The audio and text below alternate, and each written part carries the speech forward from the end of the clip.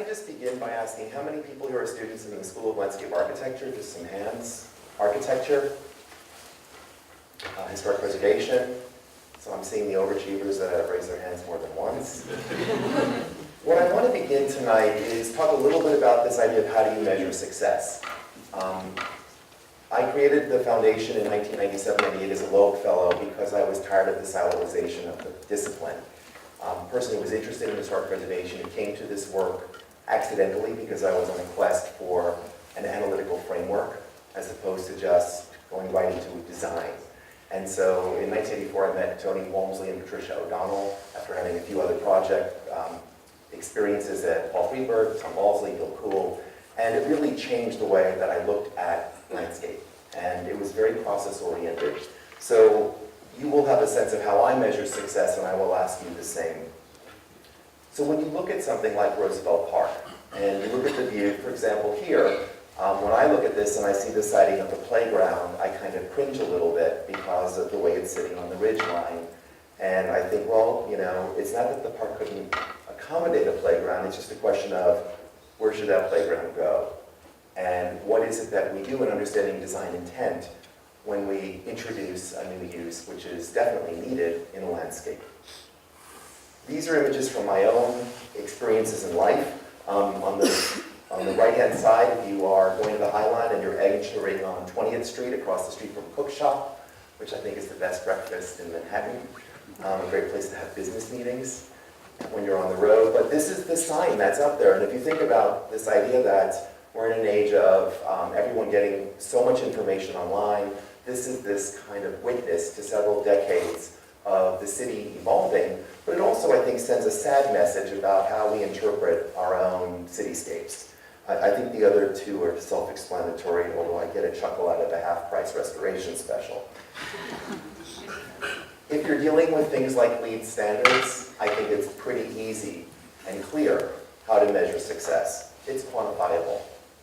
If you're a tree hugger, it's there or it's not. And I've seen a lot of cottonwood tree stumps, I have to admit, over the last couple of days as we drove around some of the subdivisions where these trees had hit that 50-year mark.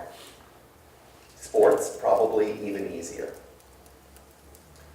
Global warming, a bit more challenging if you enter into the political arena. Confiscation of parkland for highway building. Would this happen today? Would this community accommodate this? I wonder. On the other hand, the community has accommodated this. When I say accommodated, I look at this as a cross-section and I try to understand, here's a street that's a spinal column for the city, it has great history, and as a cross-section, I'm perplexed. So I could probably just do a lecture on this one image tonight. I'm sure a lot of people would be ready for martinis after that. But the idea of setting, you step outside, and what's always interesting to me is to see a dual standard, and it plays out here on this campus, where there is a recognition for historic and cultural value for buildings, and I wonder if the same values are applied to landscape. And I'll elaborate on that shortly. It's always also interesting to me that for landscape architects in particular, if we're looking at things on the environmental or ecological side, that context is readily available. Just as an example, we know what species are on the endangered species list here in the state of New Mexico. But what if we're talking about the work of this man?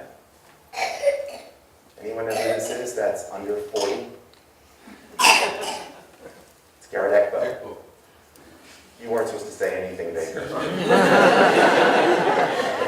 But thanks for the help, I appreciate it. It's interesting to me to walk around the campus because it probably is one of the most fascinating works of Ekbo because of the multiple layers that he himself was dealing with historically. You actually get to see an entire body of work and an approach to landscape architecture by one person that I would suggest you probably can't find anywhere else. So when you look at something where his touch is light, and perhaps Warnicki's touch is heavier here, when you look at other landscapes that are connected to a space that's going to change imminently, when you think about the center of energy, the hearth of this campus, and how this space relates to the other spaces on campus, but also to the body of ECBO's larger extent legacy. I would suggest that those questions are not being raised. And when you see ECBO reconciling earlier designers with the simple use of topographic variation, and you see him being part of a larger symphonic shared vocabulary and language that begins with people during the Prairie School and picturesque era, or I guess I should be using frontier picturesque, which Bette Baker taught me yesterday. But what I find so astonishing about these two images that I just shown you is how light ECBO's touch is. That in other areas you can see it's incredibly aggressive, bordering on brutal, and in other spaces it's part of the character that was already established, part of the vocabulary that had been set. Now, when I think about measuring success, it's always interesting for me to go back to other practitioners. So the other great body of work here in the region is the work of the CCC era in the state parks. Thomas Vint is second in the middle here. And if you want to get a sense, for example, of Vint's work, you only have to go and look at the switchback at the caverns. And so one of the things, I'll put in a couple of cheap plugs for a What's Out There database this evening. And I won't read this definition to you, but this was a definition we spent about 18 months vetting with scholars. It was the last one added to the database. And the style is called naturalistic or cohesive. And this really grows out of the research of many people, like Linda McClellan and Ethan Carr's Mission 66 study. But it really specifically addresses the style that's being used during this era. So when you start to see those kind of style decisions, and you look at insertions, how can we work to stay within that language? This is always a challenge, especially on projects that have limited budgets. The idea of change and continuity. Here, for example, we see the replacement of Siberian elms with lace bark elms, keeping that virtual edge, keeping the genus of the tree continuous in a National Register designated subdivision. But it's always interesting to me to see people who are worshipped within the discipline. Ian McHarg is a perfect example.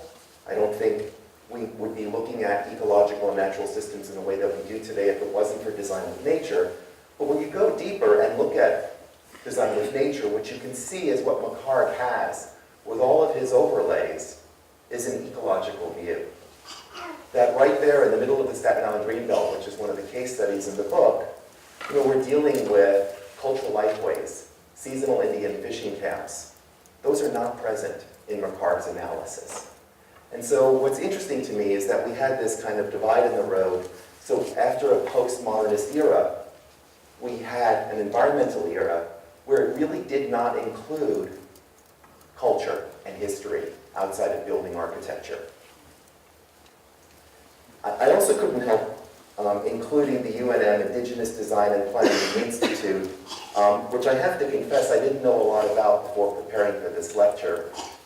And it embodies the principles that I hope to address this evening in terms of multiple systems and multiple values.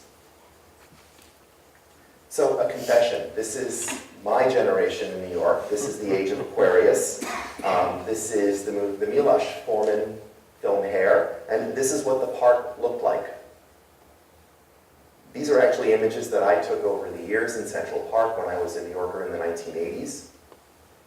And then going forward, what was interesting is what began in an era of capital projects where you put a construction fence around something, you rehabilitated it, but then there was no plan to maintain it in perpetuity.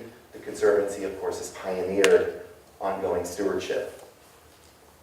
These are actual photos that I took of Prospect Park. The bench is my personal favorite. I just have this image of people being tortured in Brooklyn in 1984. This was the scenic overlook, which is happily now restored, and this is one of the historic bridges. But we forget what happened with the park, and you can see the remnants from the Robert Moses era where a skating rink, a cinder block building had been literally dropped onto Olmsted and Bucks' music court, which has since been restored. It's kind of a miraculous project between the Prospect Park Alliance, working with Todd Williams and Billy Tsine on the new Lakeside Center. And then I'm going to finally say the High Line, because I do remember the era of sneaking there and seeing what it looked like. This, of course, is a Joel Sternfeld photograph, and these are after shots, of course, by field operations and ESR. So what I wanted to ask all of you is, you look at these three projects, what do they have in common? And what do they have in common with Debbie Moore? These projects are all about great bone structure. Using Debbie Moore, for those of you that don't know that, she's an Albuquerque native. I would normally use Catherine Deneuve, but I thought, let's go local. When I look at a work of landscape architecture like this campus, I think about the bones. And so what I want to do today is talk about how we address the bones. And think about, for those of you that are in studio now, think about your own experiences.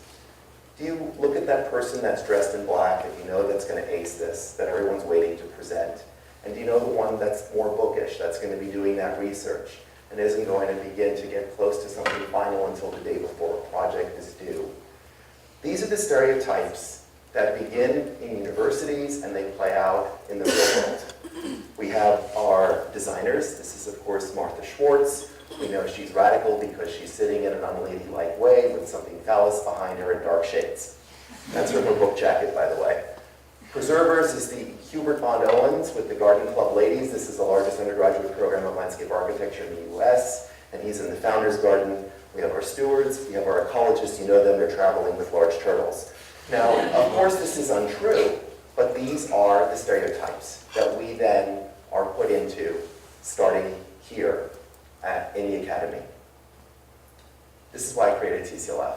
I tell people we are not a preservation organization. We want to change the way people look at landscape. And when I say landscape, I'm talking about the cultural landscape.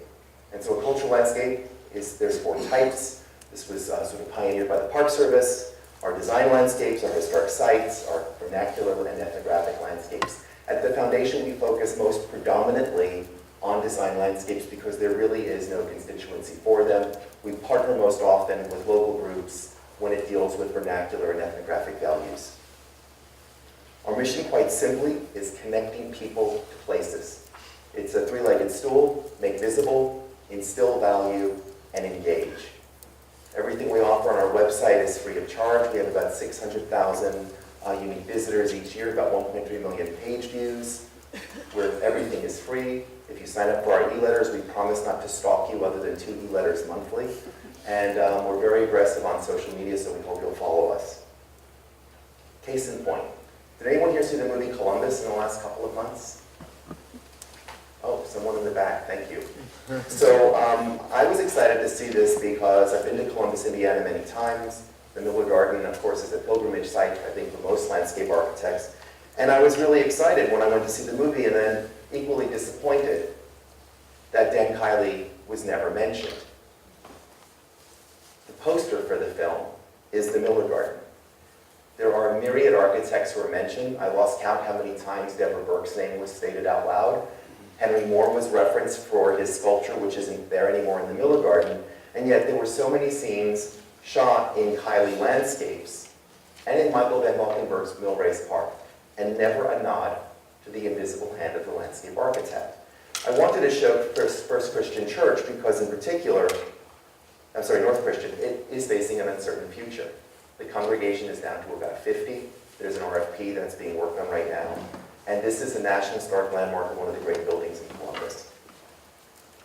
So with that as a prelude in terms of making places visible, what I'd like to do the rest of my time is talking about sort of these 6 themes.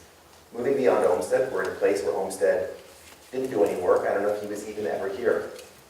Understanding the landscape's context, and by context I mean physical and historical. Embracing the layers of the landscape, the palimpsest, building greater coalitions, the idea of authenticity, and then in closing, looking at cultural systems as a design tool.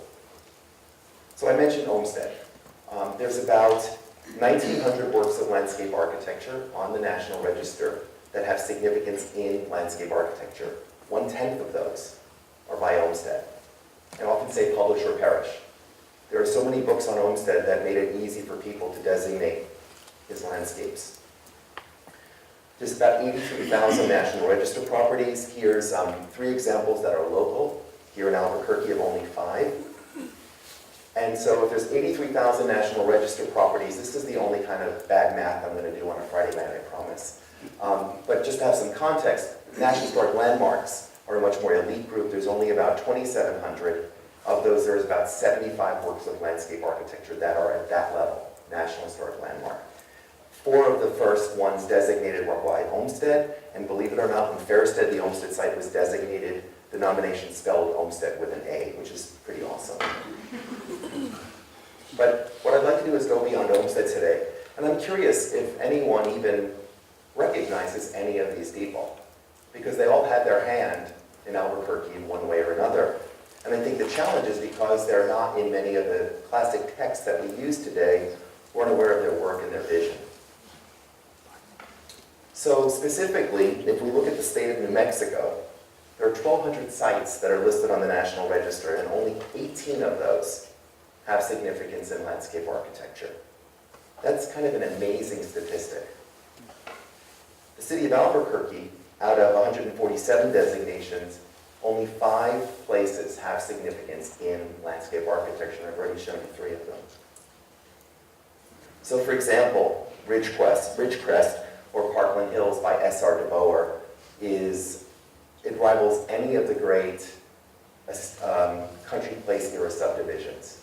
It's a masterwork of planning and landscape architecture, and you will not find it in any textbook.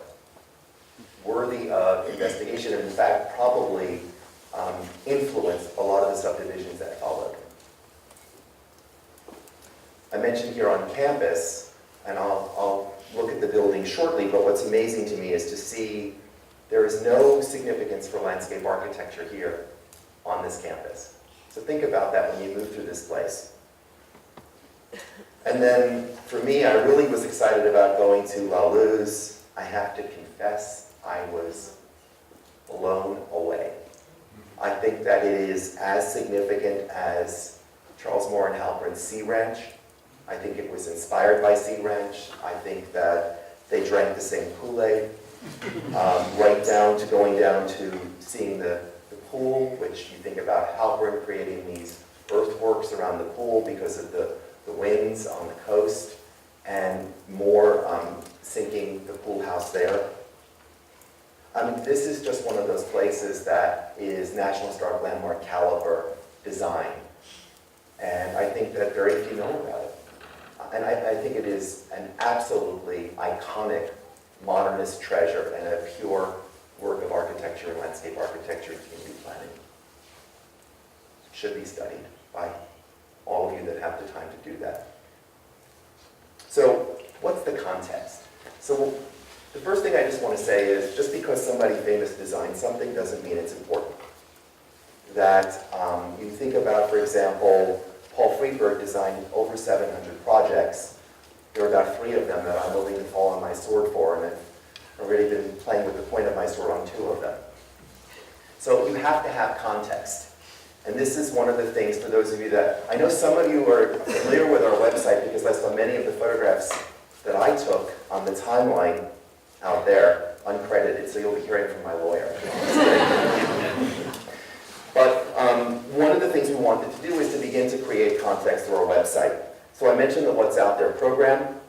There's pioneers. We have over 1,000 profiles on our website, including 14 oral histories. And then we monitor at-risk landscapes, and I'll conclude by talking about our latest that we just announced.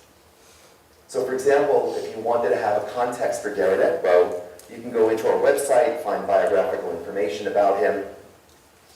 If you wanted to know more about Rose Poblamos, this is one of the sites that are currently in our database, and you can find out more, for example, about Rose Greeley.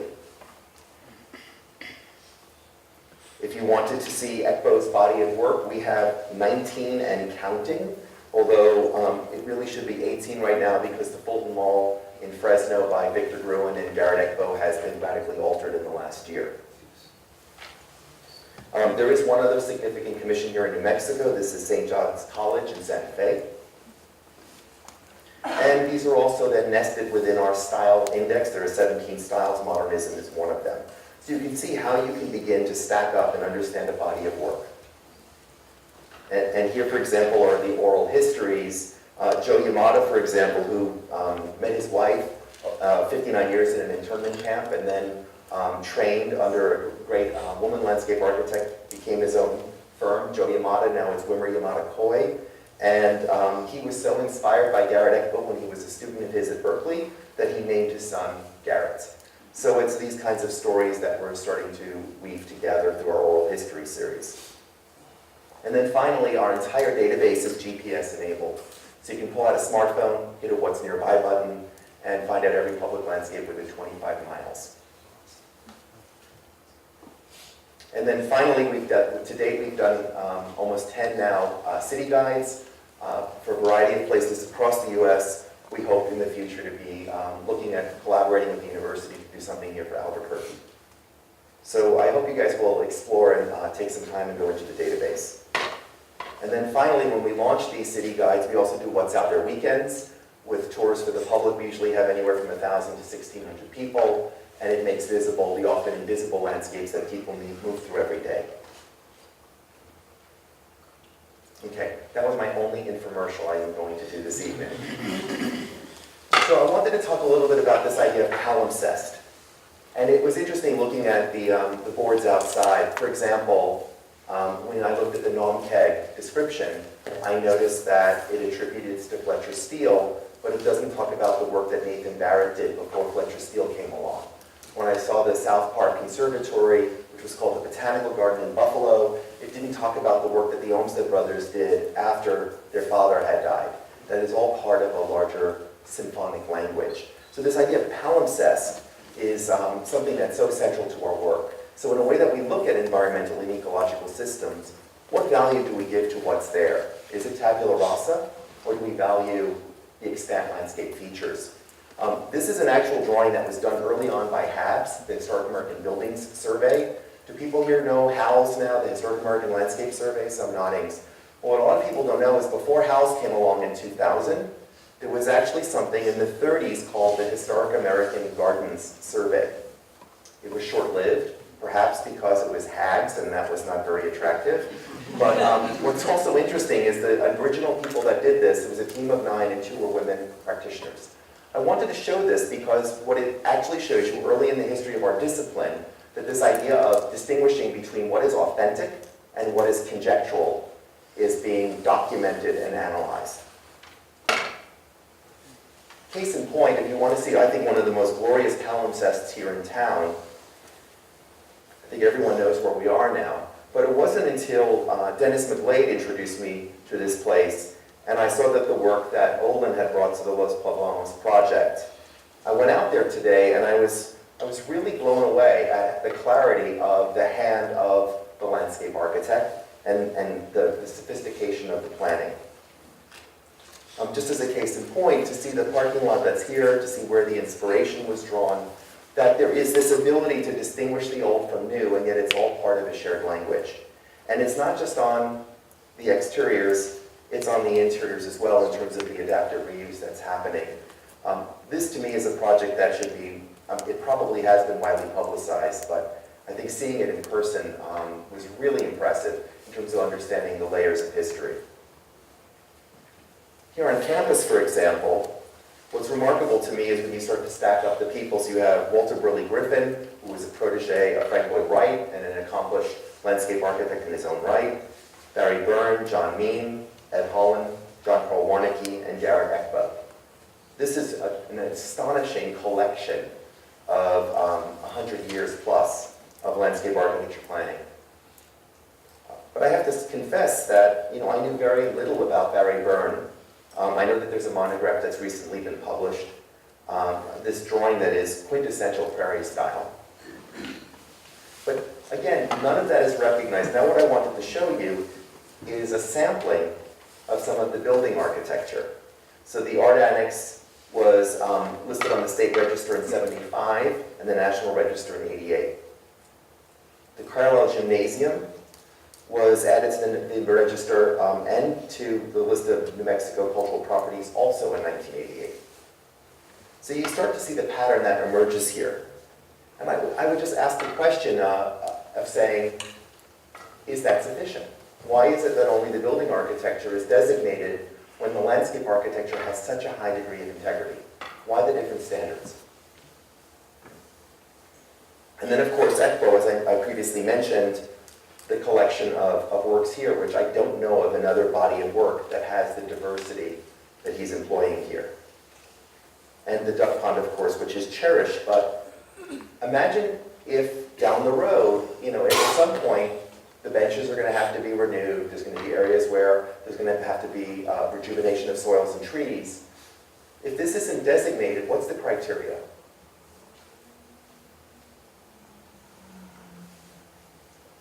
So it's fascinating to me to see the different standards. Now, it's also been interesting to me to see a group like the Central Park Conservancy, who were founded really focusing solely on the Olmsted Rocks plan. And over time, what they've done to embrace their palimpsest, they've recently restored and renewed the Mrs. Russell Sage Rhododendron Walk that was designed by Samuel Parsons around the reservoir. Grand Army Plaza has also had a wonderful restoration and rehabilitation. The Conservatory Garden, which was originally designed by Thomas Price, who was in Rapolano's office. And then Gilmore Clark's wife, with the appropriate name Betty Sprout, designed the landscape here. The adventure playgrounds of Central Park have had a great renaissance. In fact, Paul Friedberg, shown in the top right from our oral history, has recently been consulted on the Billy Rose Playground. And we have the Dackner Playground on the bottom, which is actually designated in its own right as a local landmark.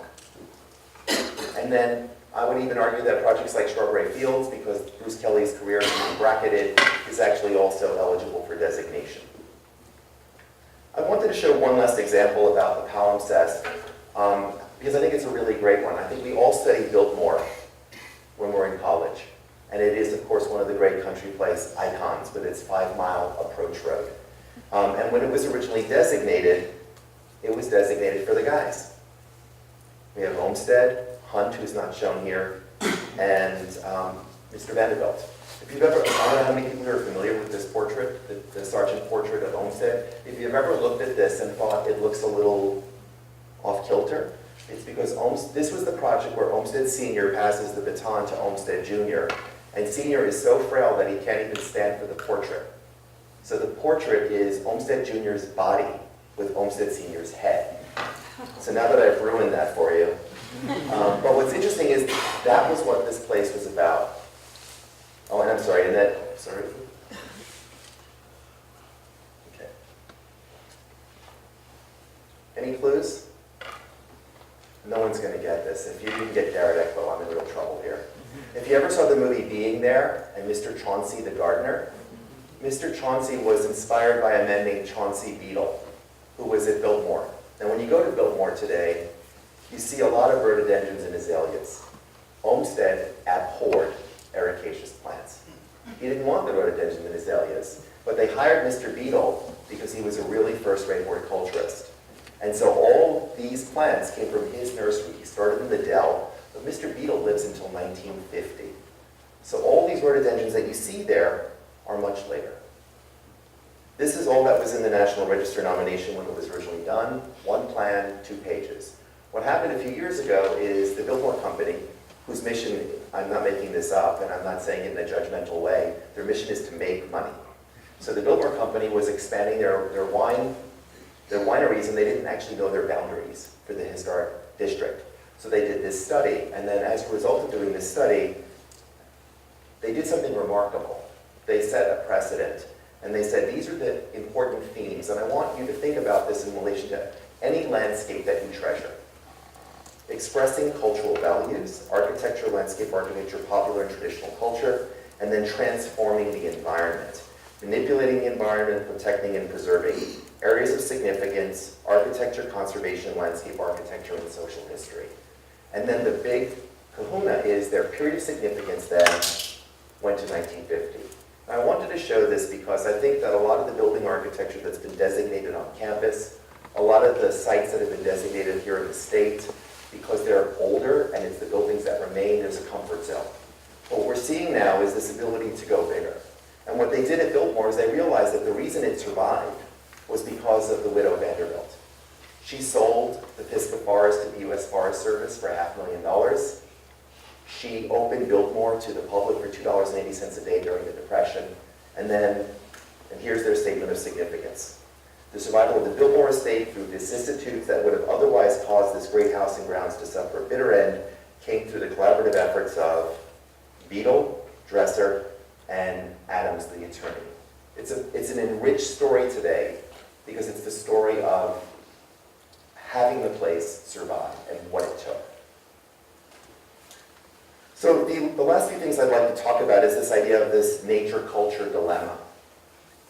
And one of the challenges that we have is within the discipline of landscape architecture, the silos are fostered.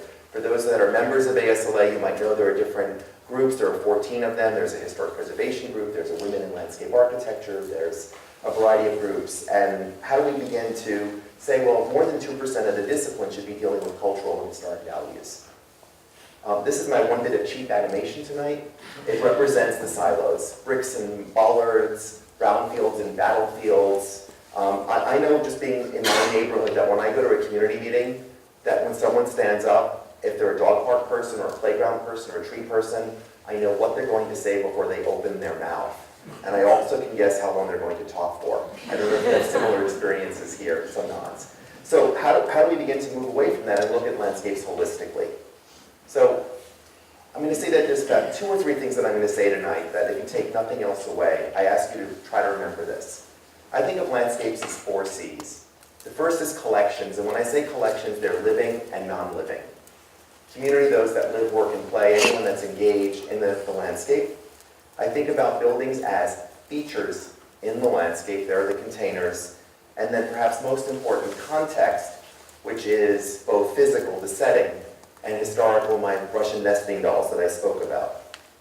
So for example, under collections, should gardens with historically significant designs and botanical collections support the position of a landscape curator? This is something I've been talking about for a number of years, and it's now starting to get traction at parks groups like the Pittsburgh Parks Conservancy, the Preservation Society of Newport. So when you have at a vice president level, all decisions that are being made, have a landscape architect, landscape curator sitting with the architect and the materials conservation person. The second thing is this idea of collections.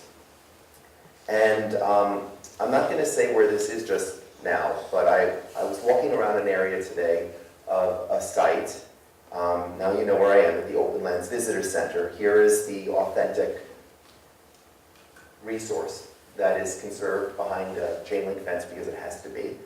And then you go into this kind of plaza. And this is now part of their collection. This is something that is conserved. And then you go inside and you see this. And I have to say that I was a little confused. And it made me think about this cartoon that was in the Acela. It says, Ponce de Leon, upon discovering the fountain of youth, is annoyed to find he does not have exact change.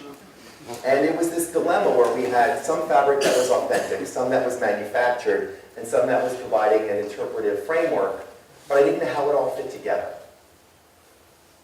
The other thing I just want to say that I'm a big fan of free. I think that museums and institutions that charge should have free days or free nights to build a bigger tent, and there's a lot of data and analysis that's now buttressing these efforts. Context, physical, so imagine La Luz, excuse me, sorry, what was I doing there? Without the borrowed view. If this was not there, what would happen to the integrity of setting? And then in terms of context, this is a true story I'm about to tell you. This is a property that was recently gifted to a nonprofit in the state of Pennsylvania. It's an estate landscape. It's originally, as you can see here, called Stone Lee. This is a list of all the Olmsted Brothers estate projects. And what you'll notice here is that there's 175 plans, and the Olmsteds were involved for more than a half century. But here's the dilemma. The mission of this institution is natural resources, and they have now inherited a cultural treasure. So when they say, well, we can't keep the boxwood garden because of the amount of water it requires, are they the right steward, and how does the context matter?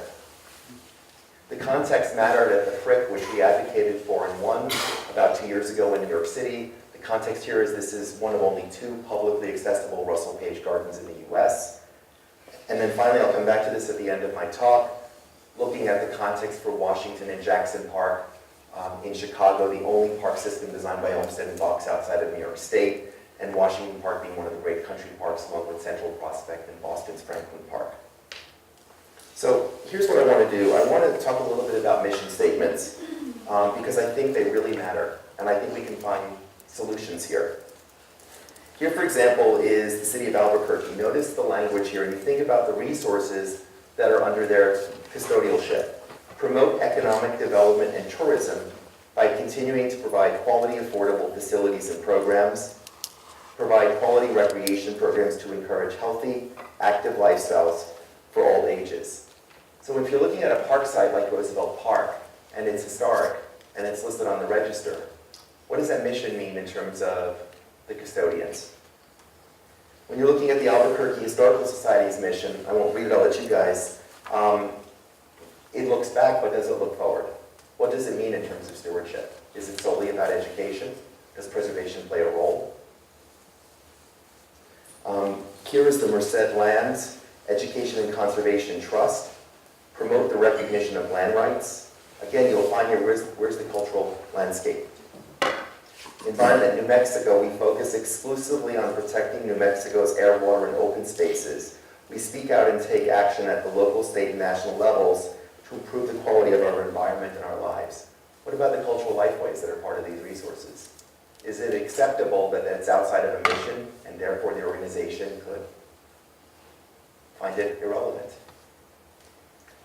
This was, I thought, really intriguing, this mission statement. The city supports historic preservation to protect historic structures, districts, sites, objects, and design landscapes. I've never seen this before anywhere, from deterioration or destruction. Why would we say cultural landscapes, which is the umbrella term, which is in greater quantity than just design landscapes? Hubbard House Alliance assists and facilitates the rehabilitation and maintenance of the Hubble Gutierrez house and property. We assist in funding, planning, blah, blah, blah. So you start to see the pattern. And then I showed you these images from the Open Space Visitor Center earlier, whose tagline is connecting people to place. And it says here that exhibits interpreting the natural and cultural resources the Open Space Division protects. It also features an art gallery, etc. And this is the view, of course, from the rooftop, which is splendid, and it does kind of embody the mission. But indulge me for a moment when I show you the arrival experience, and you think, how do these material selections relate to the mission of a site that's rich in natural and cultural resource values? I mean, just as an example, look at the amount of materials that are going on here. And think about how I opened this talk when I asked you, how do you measure success? And I don't need to pick on these guys. I've only selected them because I went there today and I have good high-resolution images. But the reality is that I think when projects are approached with a traditional value system, whether it's runoff or water conservation or natives, I mean, what's amazing to me is these two things are right next to each other. And think about where we began looking at the campus landscape here and the kind of shared language that exists. What's the framework for decision making and how do we measure success? Okay, so this is kind of my fun and favorite part, because I am all over authenticity these days. I've watched authenticity on Google Analytics surge by the millions in terms of the use of this word. It is so overused, it's frightening. Here's one of the Savannah squares, one of the great squares in the National Historic Landmark Savannah Oglethorpe plant. It was turned into a playground, so we told people it was historic by pointing a cannon at the swing set. But this is what we do. So how do you market authenticity? Be authentic. These are like these hang-in-there kitty power slides. How do you know a certificate of authenticity is authentic? Does it come with its own certificate of authenticity? Now, that's all kind of cheeky, but for those that are in the preservation program here, you'll know that the 7 qualities of integrity as designed by the Secretary of the Interior, number 7 is the least tangible. It's feelings and association. The sounds of birds, the sounds of Spanish moss, biophonic sounds. How do we begin to think about that as part of the landscape experience? Because those things are emotional and they relate to an authentic experience. We're not going to walk around with mood rings to tell us what to think and feel. But as the New York Times has recently reported, authenticity is the value of the moment. These are real quotes. Anderson Cooper in this very disturbing photograph. In everything I have done, I have always tried to be authentic and real. You'll have to let me know if it's too soon. I believe in it being as authentic as possible. It's probably where she got into a little bit of trouble. Sorry. This is very, very scary, but literally this was reported in the New York Times. Authenticity is Mr. Trump's brand. We have authenticity in Civil War reenactors, department store Santas. For those of you that are the millennials here, you probably are familiar with artisanal air because why wouldn't you be? Artisanal pencil sharpening. There is an opportunity here for the small batch kind of movement in terms of how we speak to a younger generation as we look at the idea of authenticity. We have authenticity in film. We have authenticity in religion. We have authenticity in dance and movement. We have it in music and how it's performed. We have it in cooking, although that's a little scary to think about. We have it, and this is a true survey that was done in the US, over 70% of Americans that want Mexican food want it served by Mexicans. That is how they define authenticity. I'm not making this stuff up. It's kind of scary, but it's true. We have authenticity in the garden. This is an ad from Garden and Gun. The real is the new benchmark for everything. Authenticity is at the heart of successful fundraising. Now, I know that I'm just kind of I'm joking here, but I'm being really serious. This should be in everyone's toolkit.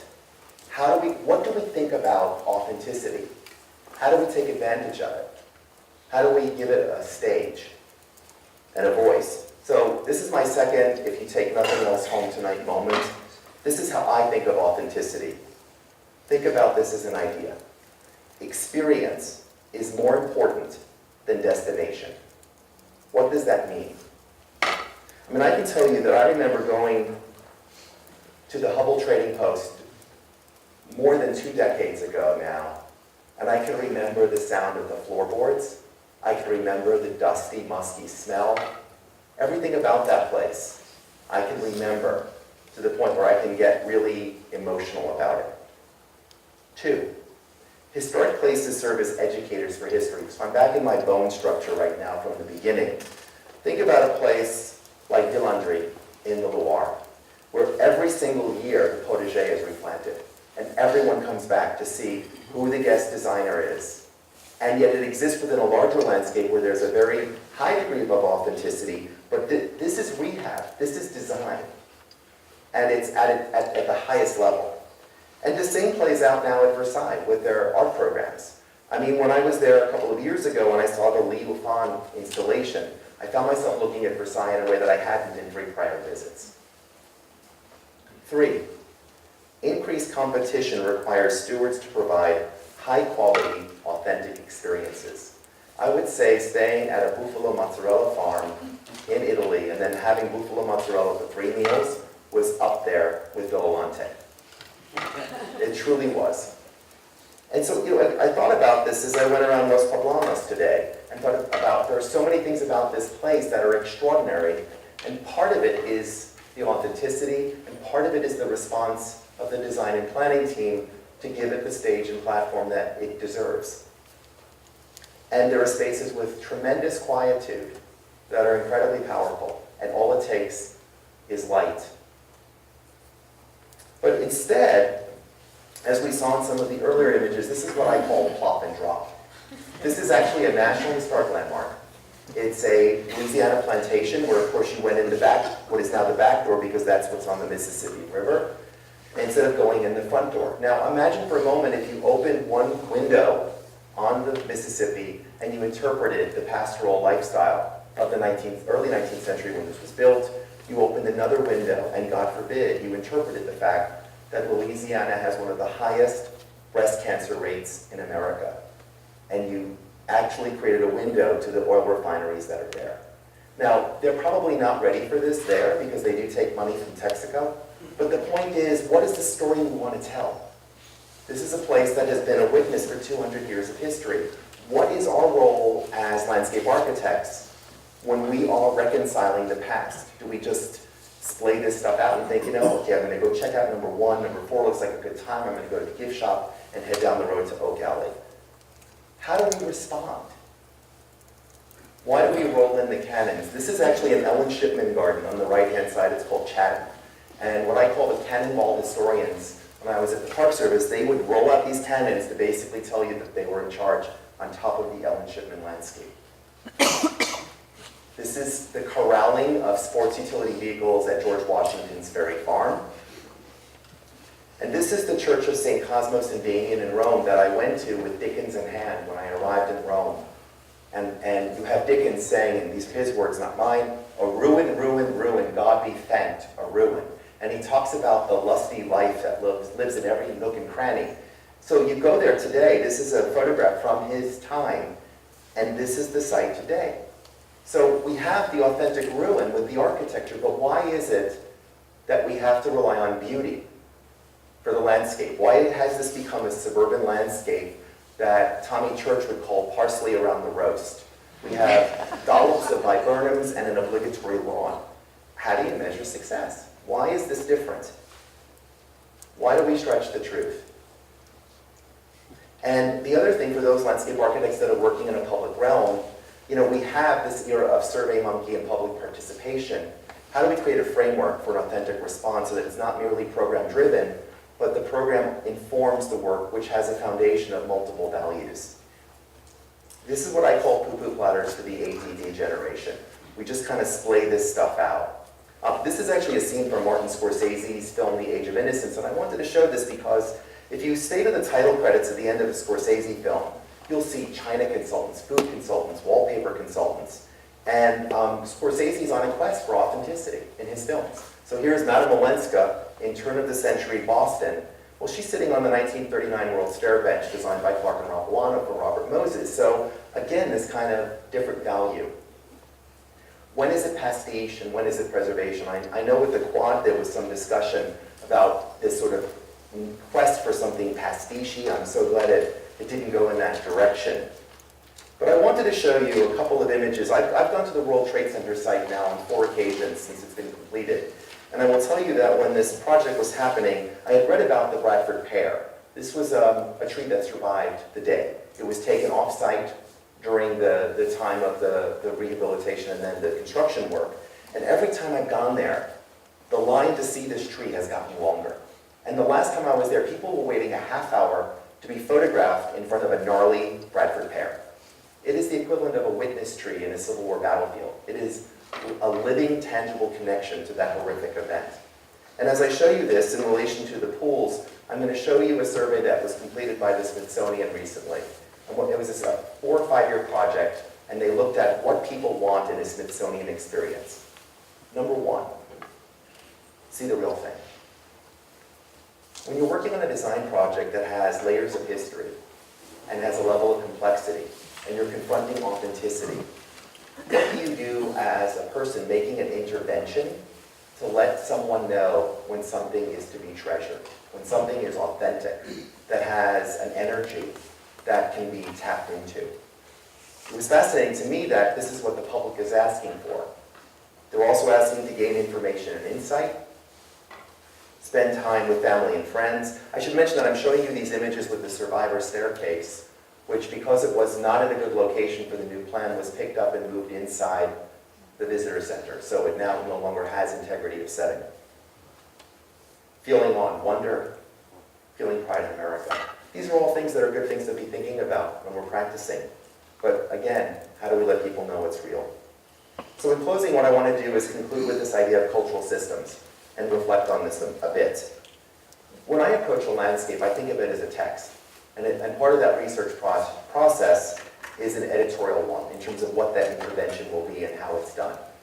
Sometimes if you look at the work of a firm like Reed Hildebrand, it can be absolutely surgical. Other times it can be generic.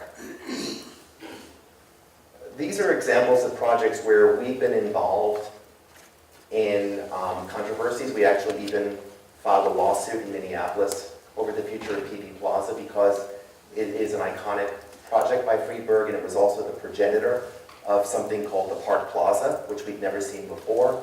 If you know, for example, West 8's Miami Symphony Soundscape, it's an example of present-day Park Plaza. But what we're seeing here, this is the earlier design. I'm not going to say names of anybody today because I'm guessing there's video and I don't want to get in too much trouble. But I wanted you to see at the top there what I call splash pad urbanism. It's like, when did we become addicted to splash pads? that this is all that we seem to be able to do. We have to have scrims and we have to have splash pads. These are the current solutions, and thankfully at least the sprays are out now. But what we're doing is we're replacing a 20-inch depth pool with a 1/4 inch of water, and we're calling it a pool. So think about this idea of feeling and association and how different this will be as a space. Freeway Park is something I've also written about recently. This is the progenitor of the park over a freeway. I would argue that as the work of a master and the first park over a freeway in the world, that this is a potential National Historic Landmark and a World Heritage Site. Just a few weeks ago at the ASLA conference, James Burnett's project in Dallas, Clyde Warren Park, won the Award of Excellence, which is a park over a freeway. This is one from 1976. Here are some photographs over time of the park in better days. I'm not going to say anything when I show you the next 3 images. This is some of the sort of planning tools that have been used to engage the public in this process. This is an example of one of the visuals. Here's another one. I think these images speak for themselves. And it's a question of aptness. It's a question of understanding design intent and sharing the language.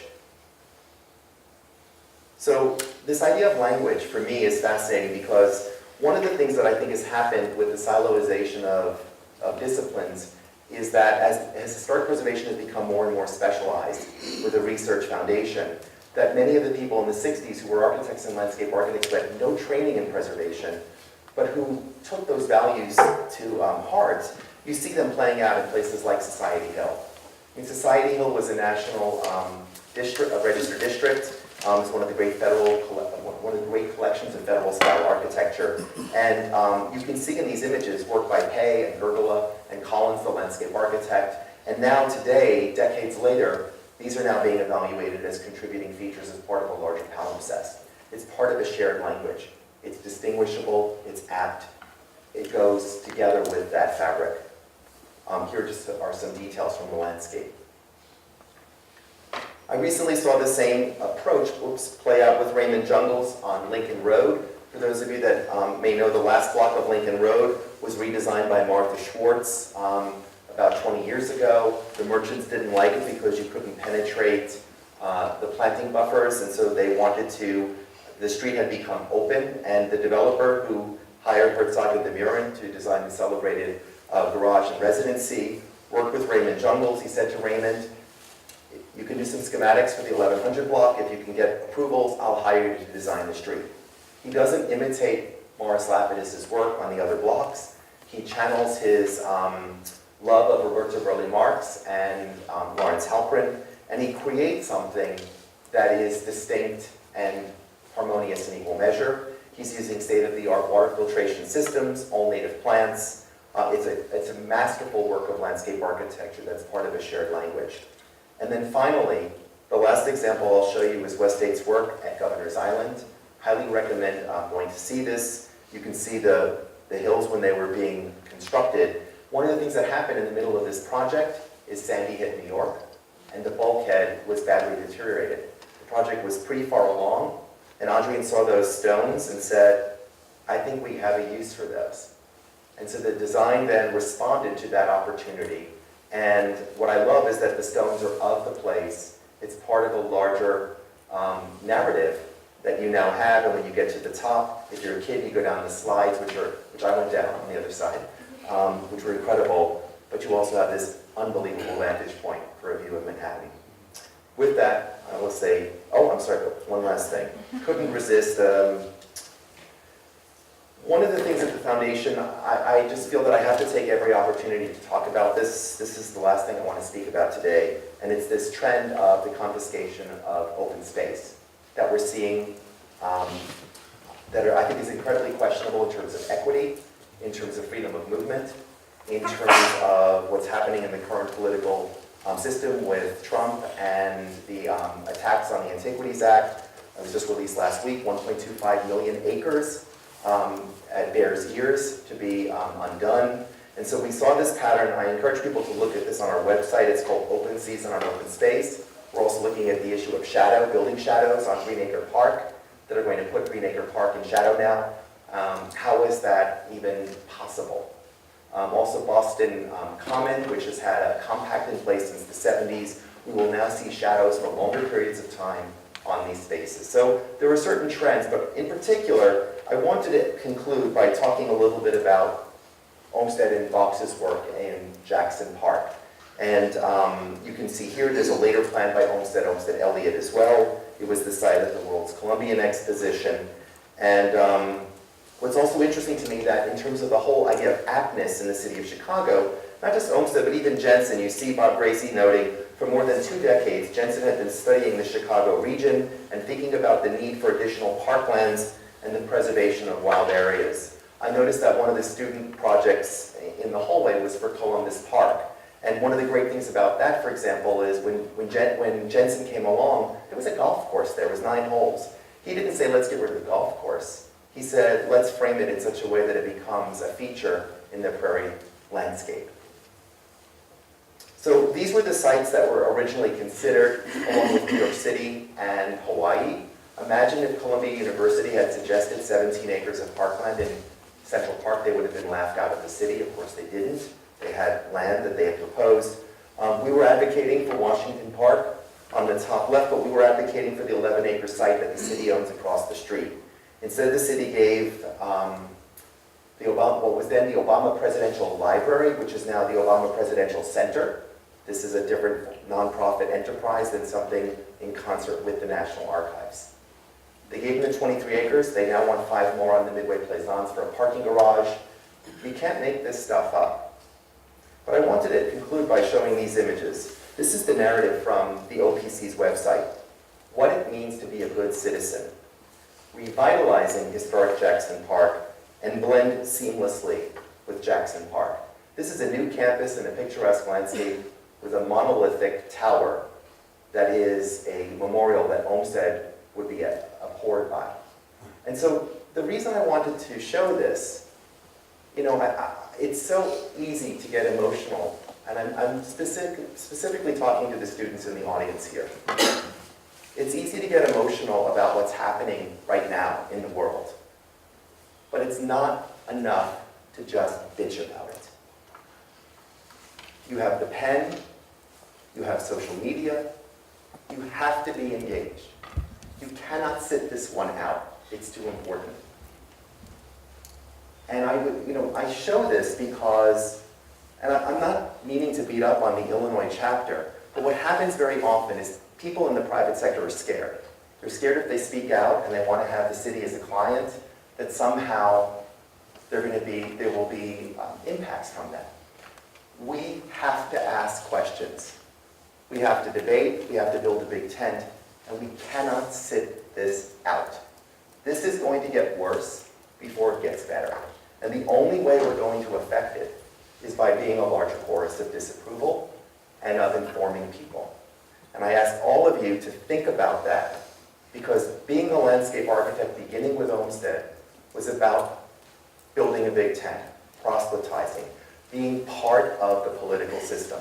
And if you look at the greatest works of landscape architecture and the people that have built so much, like Halpern and Olin, they've done it because of their toolkit of communicating, drawing, writing, speaking, advocating.